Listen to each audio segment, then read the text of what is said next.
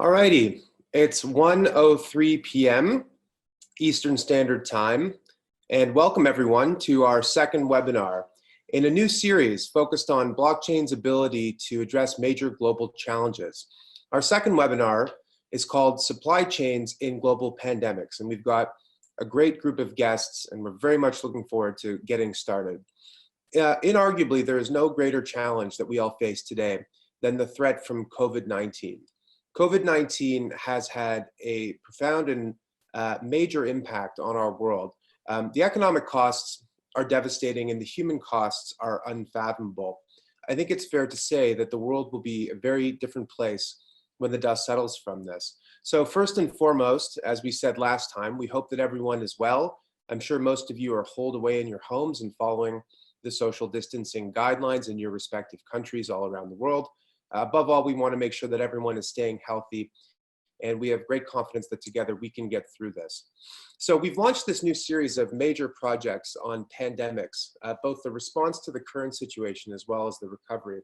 The first major deliverable from these projects is a big report. It's called Blockchain Solutions in Pandemics, and that will be made available to everyone who's joining this call, as it was to everyone who joined the last call. Key input for this report came from an expert group of over 40 people who are either in the world of public health, government, entrepreneurship, or industry, and have a direct relationship to the current challenges, as well as research that we've done extensively into some related areas, including into supply chains. Supply chains have been a core area of research at the Blockchain Research Institute. Since our inception, we've completed over a dozen different projects in that area, including some foundational work around the concept of asset chains, which is a new framework for thinking about supply chains, which we're very pleased to get into. Now, before I get started, I'd like to welcome everybody who's joined us. We had over 300 people sign up for this webinar, and I see that many of you have joined here today. So far, I've seen people coming in from Belgium, Turkey, South Africa, Greece, California, Canada, of course, Spain and India, and no doubt from other places in the world. So we're very grateful. I see Brazil and a couple of others too. We're very grateful for our global audience and our global community, and we welcome all of you to this webinar today. A couple of things that I wanted to mention before we get into it.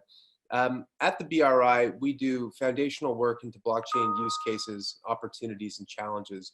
We actually have a diversified model that is now increasingly more and more virtual. And there are a couple of virtual offerings that I'd like to mention here today.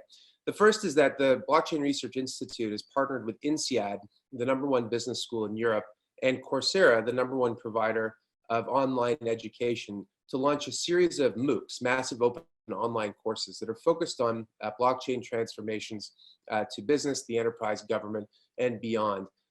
My colleague Luke Bradley is going to share a link to that in the chat so that you can all check it out.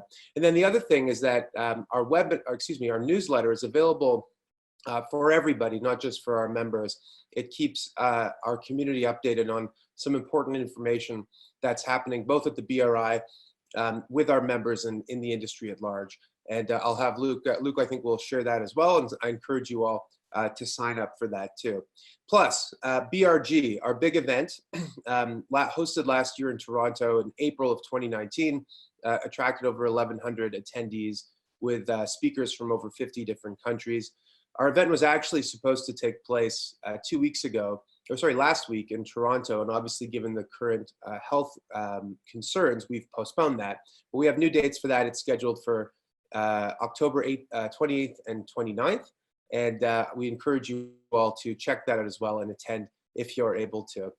And it's interesting to note that the fact that we've been able to convene these very large groups in these two webinars, our introductory webinar had over 1,000 registrations, I think is evidence of the impact that we're having, and also obviously the interest in, in this very pressing topic.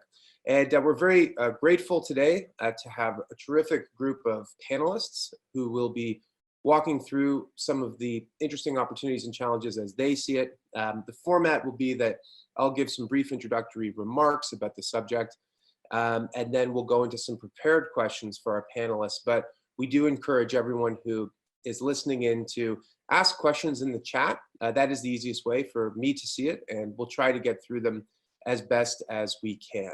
So without further ado, I'd like to introduce our two panelists.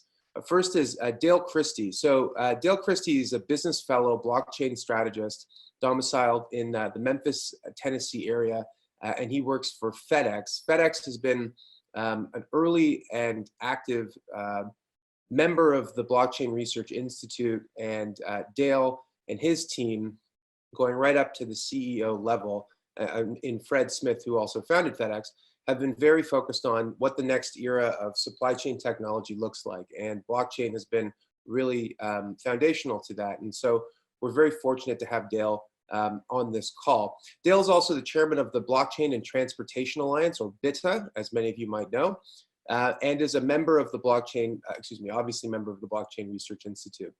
Dale's career in transportation began more than 30 years ago at Conway Inc. From there, he joined American Freightways, which would eventually become FedEx Freight.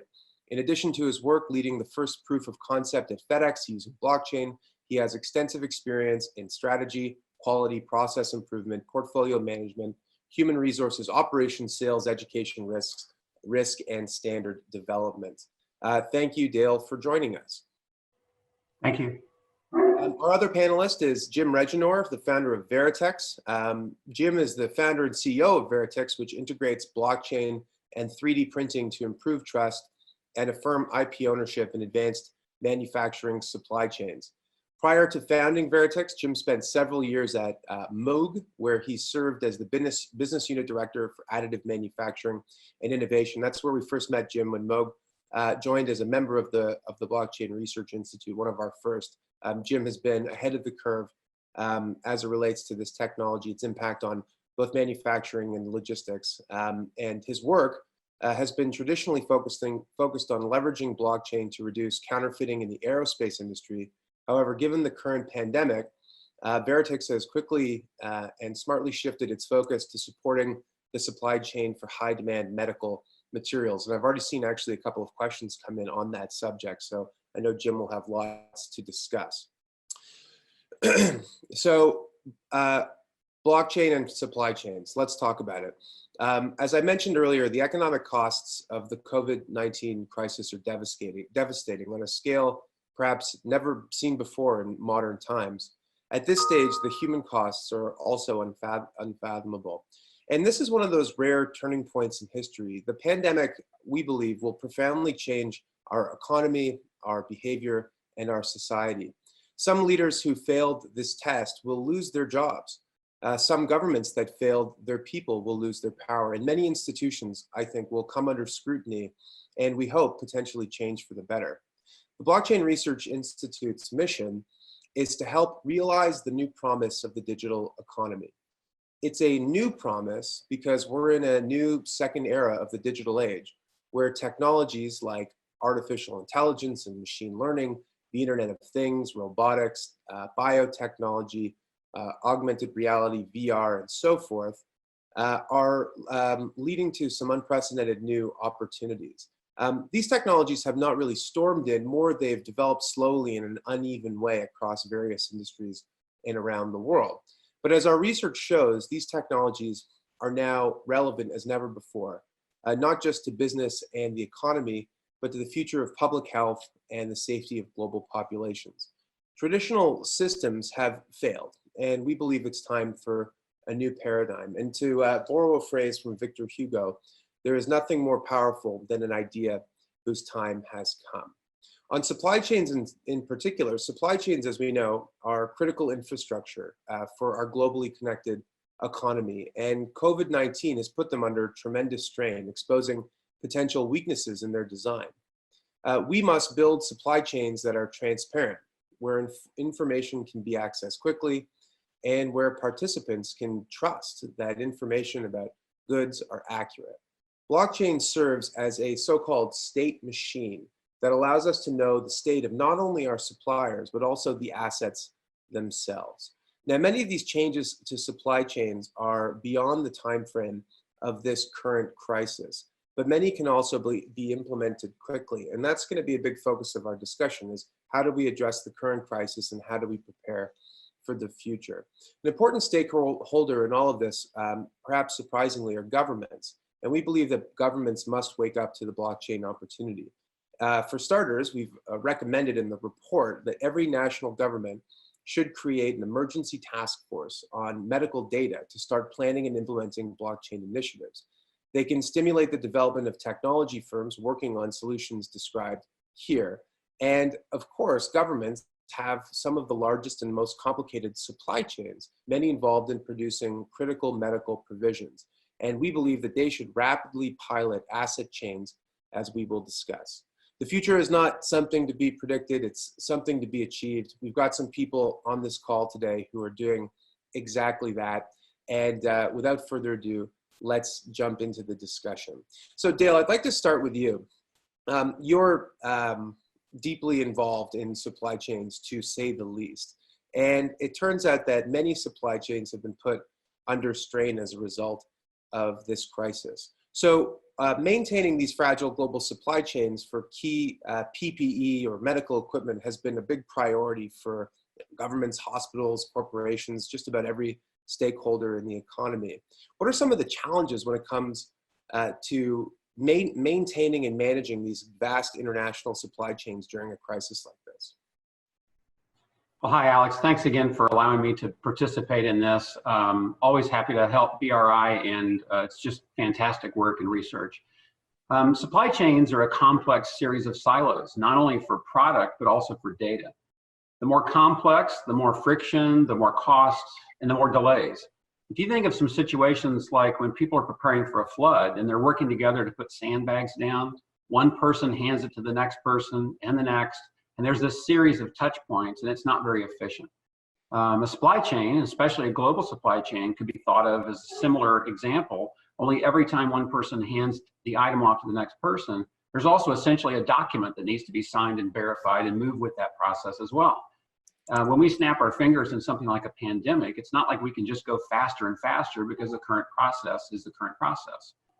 However, very early on at FedEx, we were able to almost instantaneously create a network within a network to rise to this occasion and to focus on COVID-19 related items like PPE and test samples and printing support for government agencies and customers, and on and on. There's lots and lots of things that FedEx does globally in terms of the services we provide. I had a rare opportunity to get a glimpse into just how nimble a global, almost 500,000 person organization is when a contact I had reached out through me to get PPE for the state of Arkansas from China a couple of weeks ago. The FedEx team instantly began to work to move multiple 1,000-kilo moves. And this past weekend, we moved a full FedEx plane of PPE items from China to Memphis and delivered over the weekend in Arkansas. Literally very late on a Saturday night, and in a matter of minutes, we went from a request for help to a conference call with key leaders from FedEx and the state of Arkansas. We were able to move the much needed PPE items almost immediately from China. Because we go to 220 countries and territories, and we connect more than 99% of the world's GDP, the communities we're helping to recover are the very communities in which we live and work. This is personal. And as we would say, keeping the world connected is not only who we are, it's what we do. Ultimately, connecting networks beyond our four walls really becomes an opportunity for blockchain to include crossing borders. And can you talk a little bit about what it means to do this in a crisis? So that example was one where it almost seemed like a bespoke response, where you had to bring together different stakeholders and get something done in a kind of unorthodox way. One of the things that, excuse me, we've spoken about a lot in the past, you and me, is the idea of using blockchain as a state machine. So let's imagine a scenario where instead of every time it goes from one person to another, trying to shore up that flood, that there's sort of a shared version of the truth that everyone can see and access, and where all of those different duplicative documents and processes are not as relevant. Is that something that's achievable? What is FedEx doing in that regard?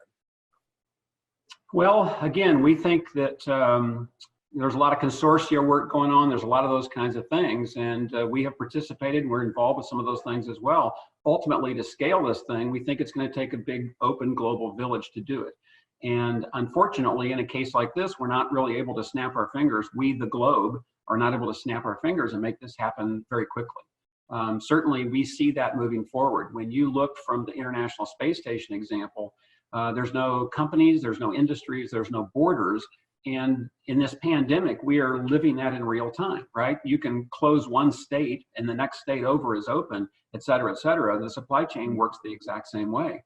The data and all the friction and all those kinds of things, we've got to find a way to get to the point where we can all pull from that state machine that you're referring to, with privacy, of course, with things like zero knowledge proofs and et cetera, to protect that and to kind of partition some of those things.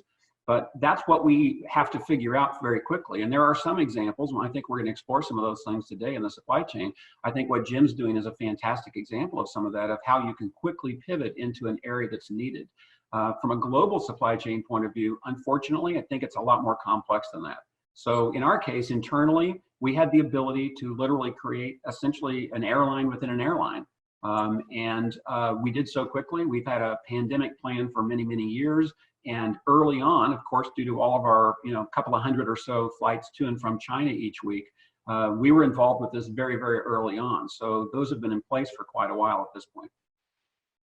You mentioned that there are some opportunities to pivot quickly, but in other respects, it seems like, at least today, there isn't as much collaboration or sort of critical systems deployed to make this happen right away. And this is something that came up during our roundtable discussion, you may recall, which is that the timing of this virus is unfortunate. Now, obviously, it's unfortunate for many reasons, but as it relates to this specific subject, there seems to be a lot happening in the world of blockchain and supply chain.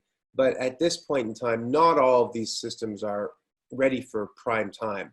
And perhaps, had this occurred a couple of years later, we would have a more responsive solution to some of these challenges. Now, Jim, I want you to sort of challenge that notion, because Veritex has pivoted very quickly and is doing some really good work in this area. And I'd like you to discuss just a couple of things. Number one is, how were you able to pivot so quickly? What is the blockchain aspect of what you're doing? How is it going? Are you being successful? Great. Thank you for having me. And Dale, nice to be on the panel with you again. So I think to answer your first question, Alex, you can't go to war with the army you wish you had. You got to go to war with the army you have. And I think Don Rumsfeld said that. Might not be popular, but it's a very true statement. So how then do we take the tools that we have and address the pandemic, really is the question. And for us, it was, we do a lot of scenario-based planning. When we started seeing what was happening with the pandemic, we sat down and we said, let's create 4 strategies to kind of encapsulate what we think the best case, the worst case, and 2 middle strategies would be. And the best case was the current healthcare system was able to sustain itself and handle the pandemic. The worst case was you would have the collapse of the global supply chain, and you'd really have standing up these ad hoc supply chains. A very good example is what Dale mentioned before. That was a very ad hoc supply chain for the state of Arkansas. Somebody reached out knowing that he could put together the air and marry up the supplies on the other end and deliver. And then in the middle was one of each of those. Either you have to stand up, you have to increase the throughput. The demand would outstrip the throughput of the supply chain. So that would be, using the same lanes, but maybe in the FedEx case, being able to add more aircraft or more turns on those same lanes. So as we built these scenarios, we said, okay, where can we apply our talents? We were doing supply chain, digital supply chain with blockchain and 3D printing for aerospace. So we said, why don't we take that same model and apply it to medical sustainment? Hospitals and medical facilities will be max performing their equipment. They'll have things that break. They'll need to be able to get them quickly. So we have a robust reverse engineering team as part of our platform. We have a team that's able to source material, bombs very quickly, and so on. So we took those tools and we applied them to medical space. Very quickly, we figured out the fight wasn't at the strategic level, which is where we thought it would be. It was at the tactical level. Trying to get masks and PPE is a very tactical. And I've got 31 years in the Air Force, and my military background always told me amateurs study tactics, professionals study logistics. So we said, how can we bring up this tactical need to get PPE and create a logistical outcome or a positive logistical outcome, leveraging all these ad hoc supply chains that we're starting to stand up. There are no fewer than 50 3D print PPE supply chains or ad hoc consortia that stood up very quickly to be able to provide supplies. Now, what happens in that environment?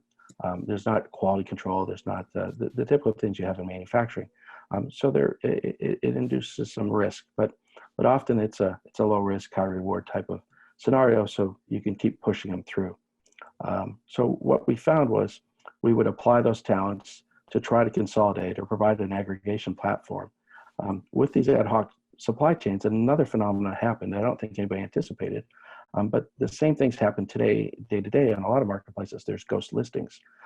So a lot of people have tried to purchase things in China. When they actually try to do the transaction, the elements, the items don't exist anymore. They've been sucked up by somebody else, or they were never there in the first place. You also see states competing against other states and hospitals and other government entities for PPE and other materials. So you created a market of markets because of this ad hoc supply chain. Putting an aggregation layer in there would hopefully dampen out some of those 6x, 10x markups that you're seeing on PPE that going forward. It would also provide a single source for states and NGOs and governments to come and be able to source material. And people who wanted to now be new participants like us in that supply chain that could manufacture new things would also have a marketplace to go there. We think that was a very important step. We've been making and brokering and facilitating all kinds of different events for different entities, whether they're governments or large hospital consortiums, to make that happen. Another thing that we did was we came up with a ventilator solution very quickly, and we decided we had a very novel solution. We were able to go from idea to DoD contract in 12 days. So we said, well, we're going to put some ventilators out in the market. We want to make sure, one, that we can track them, they have traceability. So applying blockchain into the scenario that I mentioned of these ad hoc supply chains to ensure data integrity, traceability, in case there is quality issues, that we can rapidly do recalls and forensics and prevent counterfeits. Very good story over the weekend. Pakistan bought a bunch of masks they thought were masks from China. It turns out that they were men's underwear. They had a stamp on them that said 3M approved mask, FDA, all the other stuff on them, but it was just really men's underwear. So how do you dampen that out in a crisis? That's kind of where we rolled. I'll pause for additional questions, but that aggregation level, being able to help manage the ad hoc supply chains and being able to actually bring some order to the marketplace was the intent. Well, you raise a couple interesting points. So first of all, there have been all these ad hoc supply chains that have come about. And just before I ask my question, there's a question from the audience. Jim, do you mind repeating the stats on the numbers around PPE, about 50 manufacturers? What was that? There are 50 new, what was it exactly? There are 50 consortia that I counted that had stood up in different, either Slacks, blockchains, LinkedIn, different areas that folks had stood up and said, okay, let's put together a consortia, mostly around 3D printing these were. I think and this is since the beginning of the crisis, right? Yes. Yeah. So I think what's going to roll out of this is, one, you're going to see people realizing that, one, their supply chain is very fragile, but two, being able to have a trusted, flexible, fast supply chain is going to be the outcome. And what provides that? It's that digital commerce we spoke about. What also is part of digital commerce is 3D printing. So you're going to see a quicker, or an accelerated, I should say, adoption of 3D printing across many verticals that's been very slow to be adopted in. And I know FedEx is also in that area too. Now, defer to Dale if he wants to comment on that. Well, before Dale does, I want to just follow up on the point. So obviously maintaining quality control and avoiding counterfeits is something that is a problem, or is an important thing to do during a crisis, and especially as you described with all these ad hoc supply chains. But it's certainly not something that's unique to this crisis. I mean, fraudulent counterfeit goods are a big problem in general, as good times, bad times, prosperity, crisis, whatever. So I think it'd be helpful for the audience, because this is about blockchain and pandemics. Can you discuss what the role of blockchain is in helping to, I guess, bring clarity to the provenance of goods in Yeah, a supply perfect. chain. Sure. So to your point about counterfeit happens all the time. What we find though is whenever there's a seam or a gap or a crisis like we have now, people exploit that, right? They'll be able to proliferate more counterfeit.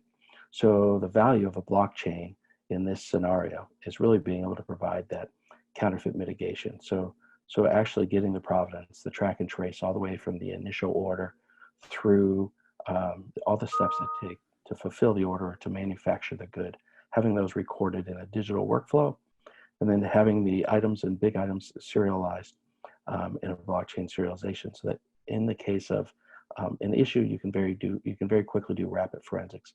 So being able to implement these strategies are what will, one, curb counterfeit, two, ensure quality, especially when you look at digital workflow via smart contracts, very helpful. And the other is, in the event of an issue, you'll be able to do rapid forensics so that you can narrow the sample size of whatever the offending object is. Those are three very strong attributes that blockchain provides today. So that's where blockchain plays, and that's where we're applying blockchain. That's terrific. Dale, do you want to respond to that, since Jim mentioned your name there at one point? I think that from a strategic point of view, you can look in the rearview mirror, right? That's what we all spend a lot of our time doing. What's in the rearview mirror? What happened? What you know? Why did it happen? How did it happen? All those kinds of things. Whether that's financial reviews or quarterly things or weekly or whatever the case may be. But I think we're in this moment in time, and I use that reference a lot, but I think we're in this moment in time. Jim and I were talking yesterday. I think his reference is inflection point. I think some similarities within that, but just in time used to be the next big thing. And just in time has continued to grow and grow and grow. And when you get from, a slow boat from China all the way to same day deliveries or same day air freight or same day whatever, certainly the supply chains have grown, and the distribution centers and the ability to pull from those and move to those. And we've seen that shift from an e-commerce point of view, right? Where you've got somebody like, the marketplaces that may not even have a store, and you've got some with stores that are using those. But I think what we're talking about here, and where Jim speaks to that on the digital side of things, is that we're seeing a change in just in time, and we're going to see a big change in just in time. You're going to get some people that come out of this and say, I'm not going to put all those resources halfway around the world, wherever halfway around the world might be. I want them closer. I need to get my hands on them. So a lot of people that had business continuity plans, those business continuity plans are for things like hurricanes, and they work really well. You've got 3 days, you know what's happening. It's very isolated. It's a geographic place that hits, the East Coast or the Gulf or whatever the case may be. Not a lot of people had pandemic plans, and the breadth of what we are all going through right now, where you can't just isolate it to a geographic area or something like that, I think fundamentally is going to change the way these supply chains work. It's going to bring things much more close to what's going on. Again, further down, I think we'll talk a little bit about that, but I would refer to sensor-based logistics. When you know where everything is, you won't need as much of it.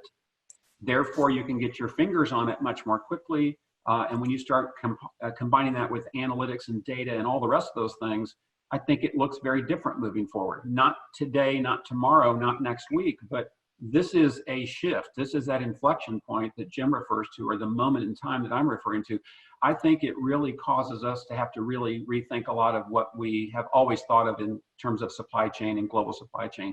And we think blockchain is a foundational layer under that takes us to a whole new place. We've been on the record for a couple of years now, all the way up to our chairman, that it's going to completely change worldwide supply chains. So since this crisis began, there's been some talk about the limitations of globalization. And I think that is an umbrella that under which sort of just-in-time supply chains can fit. We have created these supply chains which are so global in nature, spread across many geographies all around the world. And I think that when things get disrupted, you start to see some of the limitations of that. There are obvious benefits. We all know what the benefits are, but you're starting to see the limitations. And there's been more discussion of more onshoring, more made in place, including additive manufacturing de-Chinification of some supply chains as it relates to sort of critical medical equipment. Do you subscribe to that, or is that more, people trying to come up with good takes during a crisis? Is that something that's going to exist just today in the headlines, or is that something that can actually take shape in the future? How does that affect your business? Well, I mean, from our point of view, I look at blockchain, and I've spent a lot of years in process improvement and quality and a lot of those kinds of things. And when you focus on quality, that's how I got into blockchain in the first place. We had a quality action team. We were trying to solve for a dispute resolution issue. That's process improvement. And with process improvement, you tend to get on the you put something under the microscope and you crank it down and you get to root cause and you get to those kinds of things from that point of view. And it takes you from, a goal this year of 1.0 to 0.9 or to 1.1 as the case may be. It gets you these little incremental things. What we're really talking about here, and again, Jim and I've had this conversation before in many ways, this is not process improvement, this is breakthrough. This is a completely different way to think of this, which is if you simply say, where are we today and could I improve it tomorrow? Of course the answer is yes. Lots of people do lots of things and it means millions and millions to many, dollars each year to many of these big entities.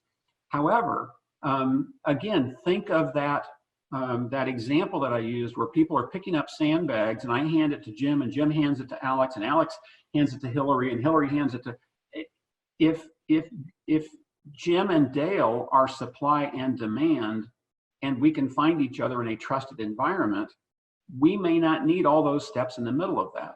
And that is a fundamentally different supply chain. And so we can't think of this as process improvement. We have to think of this literally with a big whiteboard or a glass board, marker board, whatever the case may be, where you can simply say, look, Jim's ordering something, Dale has it, start from there. Don't start from the current world of supply chains that are tens of thousands of different systems and legacy systems and all kinds of things. And I've got to connect through multiple pieces before I can even get to Jim. It's going to look very, very different. Not tomorrow, not next week, but when we pull back and really look at, if I had trusted, authentic data, what could I do with that? How can that impact that? And what does that look like crossing borders? Where we can reduce friction across borders, we win, our customers win, and global trade also wins. It's going to be disruptive, certainly. Peer-to-peer technology is going to be very disruptive. But that's the future of supply chains, we think. And then when you layer in things like sensor-based logistics and the data and the analytics on top of that, again, that essentially gets you to a near real-time supply chain, which can't even be comprehended today. That's great. Jim, building off of that, people on the call might not know this, but you had a long and quite successful career in the military. You made a military analogy earlier on. One of the reasons that things work well in the military is there's a common set of standards, rules, processes, and so forth. But as Dale has pointed out, in the existing supply chain systems, there is a whole bunch of different conflicting technology. There are different systems. And as a result, that gums it up and causes problems. Blockchain could be a solution, but at the same time, we're seeing lots of other new competing blockchain systems, standards, processes, and so forth, right? And so this is something that is of concern, I think, to a lot of people when they're trying to figure out, how do I use this technology in my enterprises? Which one do I choose? And can I talk to my customers and my counterparties and my other entities in my industry or my supply chain? Can you, since you've been an entrepreneur in this space now for a few years since you left Moog, can you talk a bit about your thought process as it relates to the technology, and then what's required in order to overcome those technical, those limitations of having different kinds of systems, and how do we get everything working together? Sure. I'm going to digress for 1 second, if I may, but and then I'll move forward. It's really about that inflection point of digital assets providing that your ability to move things across borders and uninterrupted. FedEx made a great example. They were able to start delivering things overnight at scale. Now we've gone to hours. If you look at Amazon same-day delivery, and we're going to go to minutes, being able to move things by blockchain from the customer from one end to the other. So how then do you do that as a business? There's downward pressure, I think, on business today to take inventory off their balance sheet. So if you can create a digital asset and not have a physical asset that's burdened with the cost of raw materials and cost of production, you can take downward pressure off your balance sheet. So as a company, you should look at where is the new value creation, where are the new business models that I can create using this new digital technology, and specifically blockchain. I think then as a company, you need to look at 4 different things. The first being behavior modification. So how am I going to modify my behavior? Because I'm using systems that are tried and true. When I roll back out of this crisis, I'm not going to roll back and say, okay, what's new? What can I try? I'm going to roll back into what was the habit I had before. And Dale brought up a good point yesterday. We were talking about this, and it's really this, how long does it take to create a new habit? And we're in that space now where we could be creating new habits, because this pandemic has gone on for a long enough period of time that if you're doing things repetitively, it'll then become a habit. But in business, you've got to be able to modify behavior. You have to be able to identify where that value creation is internally. So what will compel me to change whatever system I'm using today in order to take advantage of what's available out of this pandemic? And then on the actual blockchain side, for me, it's about scale and interoperability. A lot of people are talking about we can scale, we can do this many transactions and so on. That's very important. It's really important if you're going to do automotive type production rates, but in most production, they're more aircraft production rates. You know, you're making 100 a week instead of thousands a day. So you can naturally kind of ease into it in a lot of the space where you don't have thousands of items that you have to churn out hour upon hour. The other part is how then do I interoperate? So as you mentioned, it's a world of blockchains. I think when you look backwards, and this is one case to look backwards at the internet, you know, there's better than 12 protocols that are wrapped up in the internet today. We know SMTP, TCP, and HTTPS are the ones that we're all familiar with, but there's a whole bunch of others. What did they do? All the goodness from all the different protocols came together to create a uniform data set. So if you look for standards, I think that's very important, is creating standards so that you can create interoperability, creating standards so that you can be able to remunerate and be able to have a dispute resolution. It's going to be extremely important. You can't take an organization like Boeing that has 30,000 suppliers and say, okay, everybody jump on this blockchain. Yeah. And oh, by the way, you're going to supply to Airbus too, so you got to jump on Airbus's blockchain, and you're going to supply to Embraer, you got to get on theirs. So we're going to have to find a way to be able to work. And I think the way to do it, quite frankly, is not necessarily around standards, but it's another military concept that I call commander's intent. And commander's intent. Sorry, say it again. What was that? It's commander's intent. And commander's intent is something that was used in World War II much more than orders, specific orders. The intent was, hey, we're going to defeat Germany. All right. So whatever you're doing day to day, make sure that it connects up to that goal, defeat Germany. Okay. A lot of times we get pigeonholed and we get burdened by too many rules and regulations, and it takes away that flexibility. So in Dale's example before, the sandbags, if Dale and Jim know that he's the supplier and I'm the customer, and we know the commander's intent, and in our case, it's going to be the customer's intent. The customer's intent is for us to be able to come together and deliver a product. So how then do we do that? Really then becomes a fundamental question. So being able to establish what that intent is, take away all the, what I'll call the buzzsaw bureaucracy, take all that away and focus on that area with those 4 frames I mentioned before, which is behavior modification, again, value creation, scale, and interoperability. I think all of a sudden you can start putting these pieces together such that large ecosystems can benefit from it. I know that's really high level, but to me, fundamentally, if we don't start with the high level ideas of what we're trying to achieve, it doesn't matter what we're going to do at the tactical level and below. I'll pause there. Okay, thanks, Jim. Let's start to go to the audience here for some questions. We've got a bunch of great questions here and still some time, lots of time to get through them. Geez, these are interesting. Dale, this is something I actually am curious about as well. It's not related to blockchain, but it's kind of interesting. So how long has FedEx had a pandemic plan? Who has or had input in creating it? And how is it working right now versus if you didn't have the plan in place? I think that's fascinating. I'm not sure every company in the world has a pandemic plan, but you did. So can you tell us about that a little bit?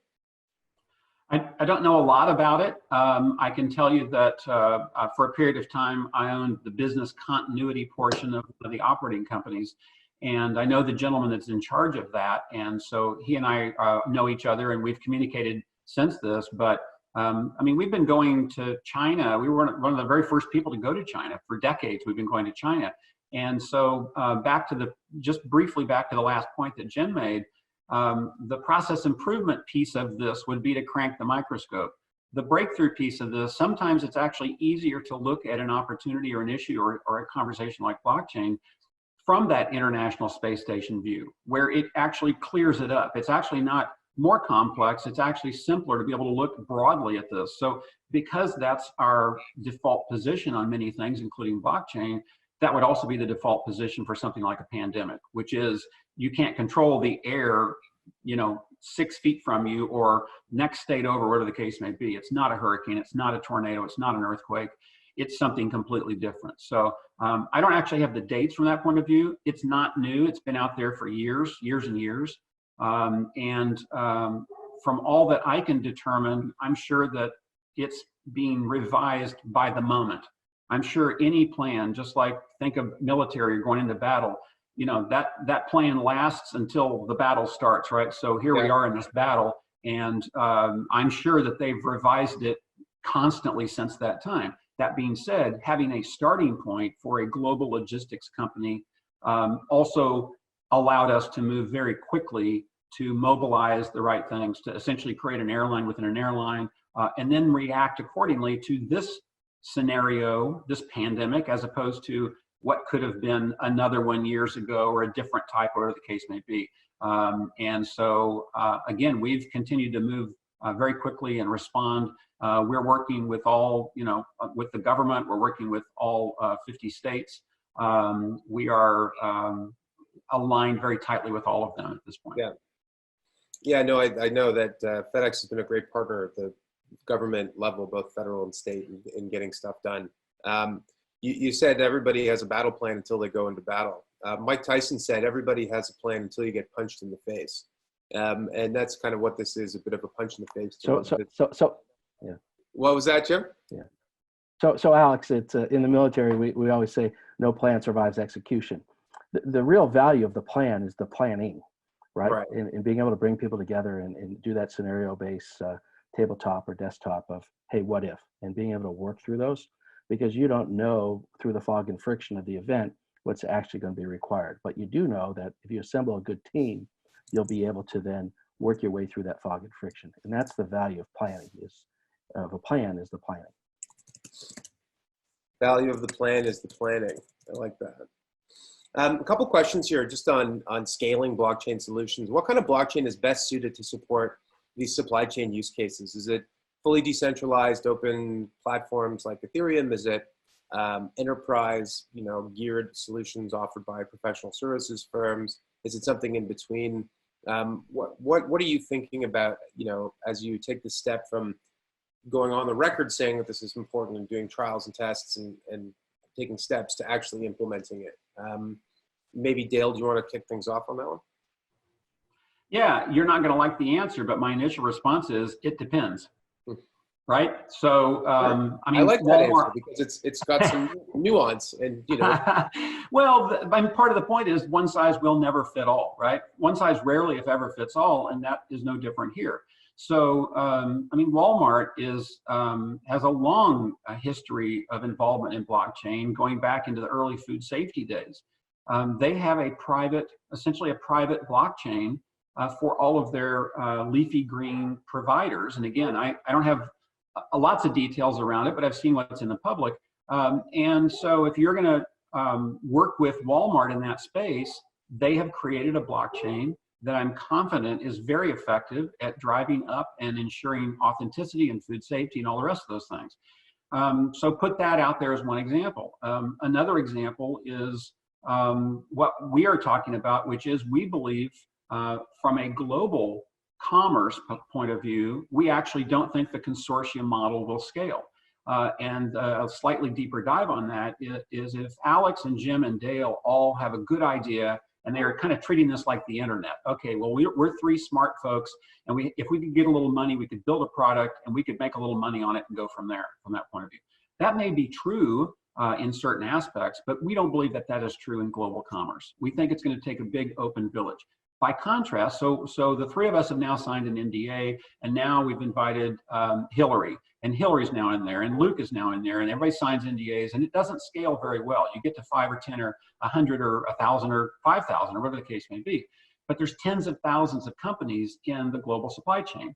And we believe that if you simply start by hanging an open source license outside the door, and you say, look, if you can, just like reading a menu coming into a restaurant, oh, that's what's expected of me. Oh yeah, I'm okay with that. If you can hang a Apache or an MIT open source license on the door and say, if you're okay with that, come on in, it just scaled globally. And that certainly would not be a private blockchain. It would certainly, again, be decentralized. It's a very different thing. That's not to say private blockchains or certain consortium models won't work. They may. I know of examples on all of these that I think will work. But it depends on which focus you're really locking in on. In our case, from a global commerce point of view, we don't think that scales to tens of thousands of companies all the way down to a bicycle delivery. It's going to have to scale from that point of view. It's a great answer, and I think it's true that this is an evolving technology, so not everyone knows the answer to every question, for starters. And then the second thing is, of course, there's going to be different solutions for different problems, right? I mean, to a carpenter with a hammer, everything looks like a nail, as they say. But of course, sometimes it takes a saw or a screwdriver. Couple other really interesting questions here. Kieran Kelly asks, while blockchain is disruptive, and as Jim has highlighted, fraud and origin can be important, so blockchain needs to be linked with provenance technologies and methodologies to avoid the rubbish in, rubbish out syndrome. What are your views on how this will pan out in the future? Yeah, so sort of an interesting thing. We think of blockchain as a state machine, something that allows us to see the state of goods as they move around the world, but there needs to be some kind of validation or authentication at the source, and that's something that can be a little bit tricky. So how do we think about that problem? Jim, why don't you start off? Sure. So I think, we highlight the humanality of data. Somebody has to input data, and if you have a bad actor, you're not going to be able to control that. But some ways are, you can then implement accountability. So if you think of a digital flow and everybody has an SSI, a self-sovereign identification, and you're able to track right down to the person each action, you'll get more accountability. Accountability will help prevent the dirty data or the rubbish in. But another way to look at it, and as Dale highlighted earlier, is sensors. Sensors don't lie. They report data, often without bias. There could be some program bias, but most of the time it's without bias. So now all of a sudden you have a sensor, and let's just take your furniture manufacturer in Indonesia.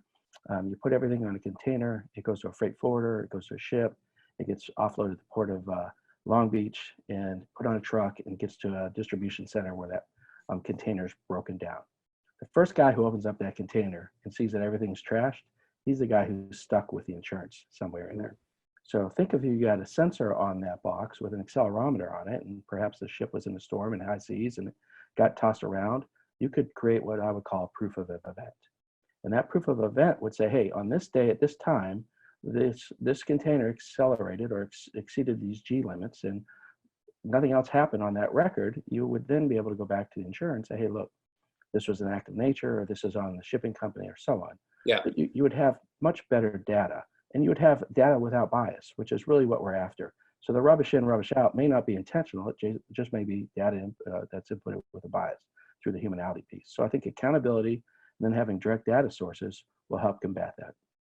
Well, it seems also that, like so many of these challenges, it's going to be multifaceted. So you're talking about not just blockchain, it's blockchain, it's geolocation technology, it's sensor technology, IoT, and so forth. And this is something we actually looked at in a case study, which was around Chipotle, the very popular fast food chain, that had an issue with some bad meat that went into tacos, and it ended up affecting the share price to the tune of billions of dollars. And it turns out that the big issue there was that there was a refrigerated truck, or a reefer truck as it's called, that had stopped at a truck stop and it turned off the fridge in the cab. And as a result, this batch went bad and that batch got distributed to a number of stores. And so it was very difficult to locate what the actual source was. Had there been sensors on that vehicle loading data in real time onto a blockchain that everyone could see and sort of trust was accurate, then perhaps that kind of issue would have been prevented. And that's one small example, but it's something that's also very relevant to the current situation. I mean, I'm sure people have seen news recently that some of the largest meat processing companies in the US have had to shut down operations because of concerns around potential COVID-19 outbreaks. And obviously, we would not want this virus to travel through the supply chain unwittingly, obviously. Maybe there's a way to use the sensor technology to prevent that as well. Another question here. Did somebody want to respond to that? Otherwise, we can move on. Oh, Alex, I was just going to highlight one thing. It's kind of where the focus is. It's really on those convergence zones of technology. Yeah. Oh. That's where the focus is, right? For all of us, I think we're all looking at convergence zones. Convergence zones. I like that. Jim, another one for you here. What's the plan to expedite FDA approval for your ventilator? Do you foresee blockchain being used to speed up FDA approval down the road? What's your view on that? So the FDA has put into effect an emergency process to be able to push things through, which brings the question of if the regular process is this huge buzz, and I'll use it again, buzzsaw bureaucracy, why do we have it? Why isn't the emergency process good enough today in regular time? So maybe an inflection on government is maybe there'll be a reduction in some of this bureaucracy, which drives up cost. But in our case, there is an emergency authorization path. It's being pushed through by DoD, National Institute of Health, FDA, and the VA. So they've all come together to create this pathway. We will, again, as I mentioned before, we'll record, we'll serialize the ventilators themselves, record as much of the information as possible going forward so that we can track them through the distribution. And in the event that there's an issue, we'll have a recall device.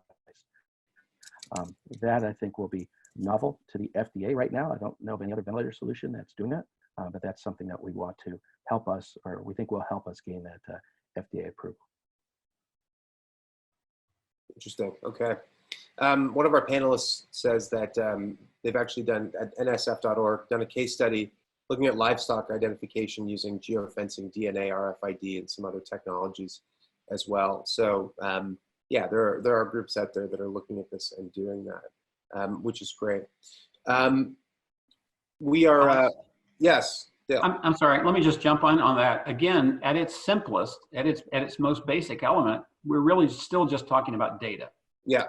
That's really what we're talking about here. So I know though there are experts on this webinar, and there are people that are on the brand, on the front end of this thing. It's not magic dust. We aren't going to be able to sprinkle it on something and have it grow 6 feet tall. It's just data. However, if you can capture that data and if you can do it authentically and you can link these things, then the conversations become very, very interesting about what could you use that data for. Jim's answer might be, I can create, an app store, for lack of a better reference, for 3D intellectual property that people can go do that. And now you don't have to manufacture it in Toledo or wherever the case may be. You can push it, in our case, to a forward depot in Memphis where we print it and inject it into a global logistics system. Or ultimately, you could print it on an aircraft carrier or you could print it on the International Space Station, right? It's just data, right? But it's what we can do with that data that really becomes really interesting. And it kind of hurts the head to start thinking of all these different things. But we have to think in a different way to recognize how transformative all this is really going to be. I couldn't agree with you more. People say these days that data is the new oil, which I think makes some sense, but I think is a flawed analogy. Data is the most important asset class, I think, to the digital economy. So, in the old days, when agriculture was the main industry, the most important asset was land. And when industrialization occurred, the most important asset class was industrial plant and equipment, factories, the ability to produce these goods. That's how people became very wealthy through the 20th century. And now that we're in this digital age, it's data. Data is like the plant and equipment of this new economy. And I think it's interesting the way you describe it is how it can be used, how it can be, manipulated and deployed to create things of value. And I think that that's an important lesson for everyone to take away from this.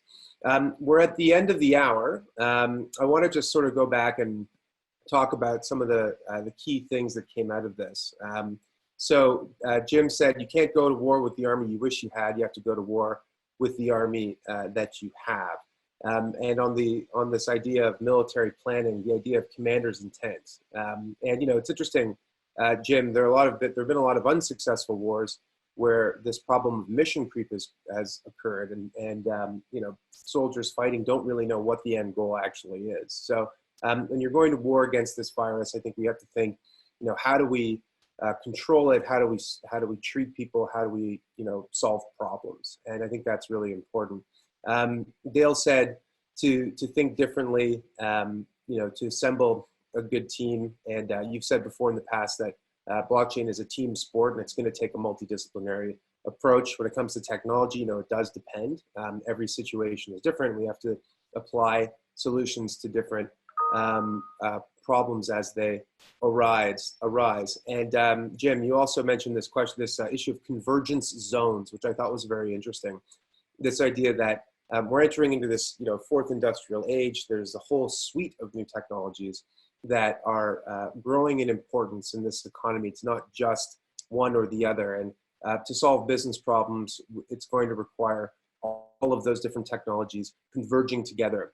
And where the real pain points are going to occur is at those points where they do converge. So we need to figure out ways to overcome them. This has been an incredibly informative discussion. I'd like to thank both of you once again for generously sharing your insights with us, for sharing your time with us.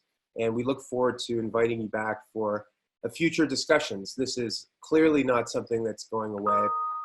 Obviously, beyond the current crisis, there will be plenty of opportunities to discuss how we build a better world afterwards. For everyone who's on the call, thank you for joining us.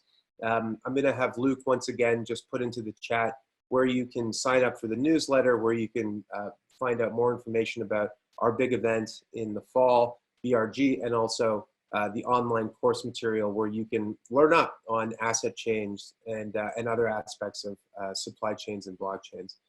This is just the beginning, and we look forward to going along the journey with all of you.